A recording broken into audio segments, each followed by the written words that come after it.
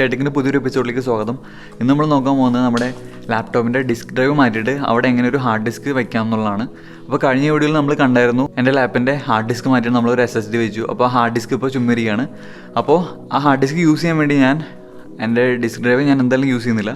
അതുകൊണ്ട് നമുക്ക് അത് ഒരു ഡിസ്ക് ഡ്രൈവ് ക്യാഡി മേടിച്ച്, ഇതാണൊരു ഡിസ്ക് ഡ്രൈവ് ക്യാഡി അല്ലെങ്കിൽ സെക്കൻഡ് ഹാർഡ് ഡിസ്ക് ക്യാഡി എന്ന് പറയും.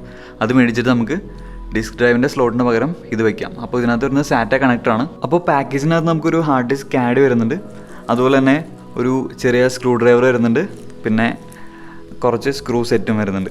അപ്പോൾ ഇത് മേടിക്കുമ്പോൾ എപ്പോഴും നോക്കേണ്ട കാര്യം ഇതിൻ്റെ തിക്നെസ് ആണ്. ഇതിപ്പോൾ വരുന്നത് 9.5 mm ക്യാഡിയാണ്. അതുപോലെ തന്നെ ഇതിൻ്റെ 12.5 mm അവൈലബിൾ ആണ്. അപ്പോൾ എപ്പോഴും നോക്കേണ്ടത് നിങ്ങളിതിൻ്റെ തിക്നെസ് നോക്കുക. മേടിക്കാൻ നേരത്ത് ഒരു സ്കെയിൽ വെച്ചോ ടേപ്പ് വെച്ചോ മെഷർ ചെയ്യുക, എന്നിട്ട് മേടിക്കുക. ക്യാൻഡിയുടെ ഒപ്പം ഒരു ഫ്രണ്ട് പ്ലേറ്റും വരുന്നുണ്ട്. അത് ഇവിടെ വെക്കാൻ വേണ്ടിയാണ്, ചുമ്മാ വൃത്തികേട് മാറ്റാൻ വേണ്ടി. അപ്പോൾ ഒന്നല്ലെങ്കിൽ നമുക്കിത് യൂസ് ചെയ്യാം, അല്ലെങ്കിൽ നമ്മുടെ ഓൾറെഡി ഉള്ള ഡിസ്ക് ഡ്രൈവിൻ്റെ തന്നെ ഈ ഫ്രണ്ട് പ്ലേറ്റ് യൂസ് ചെയ്യും. നിങ്ങളുടെ ഡിസ്ക് ഡ്രൈവ് അഴിക്കാൻ വേണ്ടി ആദ്യമേ ചെയ്യേണ്ടത് ഈ ഒരു സ്ക്രൂ ലൂസ് ആക്കുകയാണ്.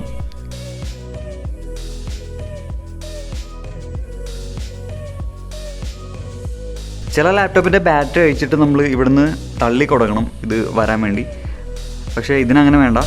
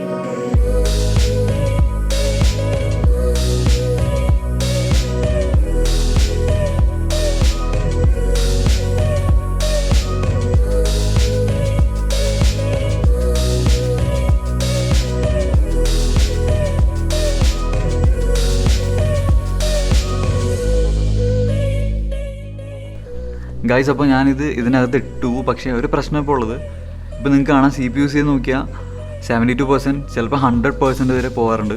പക്ഷേ ഞാൻ ഒന്നും വലിയൊരു ഓപ്പൺ ചെയ്തിട്ടില്ല, ആകെ ടാസ്ക് മാനേജർ മാത്രമേ ഉള്ളൂ. ചുമ്മാ ഇരിക്കുമ്പോൾ ഇത്രയും കൂടുകയാണെങ്കിൽ അത് നമ്മുടെ ഹാർഡ് ഡിസ്ക് ഇപ്പോൾ എക്സ്റ്റേണലി ക്യാഡ് വെച്ചിട്ടതിൻ്റെ പ്രശ്നമായിരിക്കും. ഇത് കുറേ പേര് പറഞ്ഞിട്ടുണ്ട്. അപ്പോൾ ക്യാഡിലൊരു സ്വിച്ച് ഉണ്ട്, ആ സ്വിച്ച് നമ്മൾ ടോഗിൾ ചെയ്യണം. കണ്ടോ, ഇപ്പോൾ 100% വരെ കയറി. അപ്പോൾ ഇതൊരു പ്രശ്നമാണ്. ഇത് സാധാരണ സംഭവിക്കുന്നതാണ്. ക്യാഡിൽ നമ്മൾ സൂക്ഷിച്ച് നോക്കുമ്പോൾ ഒരു സ്വിച്ച് കാണാൻ പറ്റും.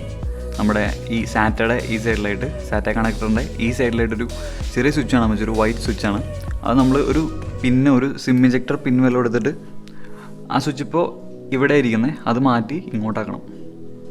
ഓക്കെ, അത് ഞാനിപ്പോൾ തിരിച്ച് ഇവിടെ നിന്ന് ഇങ്ങോട്ടേക്ക് മാറ്റിയിട്ടുണ്ട്. അപ്പോൾ ഇനി നമുക്കൊന്ന് ടെസ്റ്റ് ചെയ്ത് നോക്കാം, വർക്ക് ചെയ്യണമെന്ന് നോക്കാം.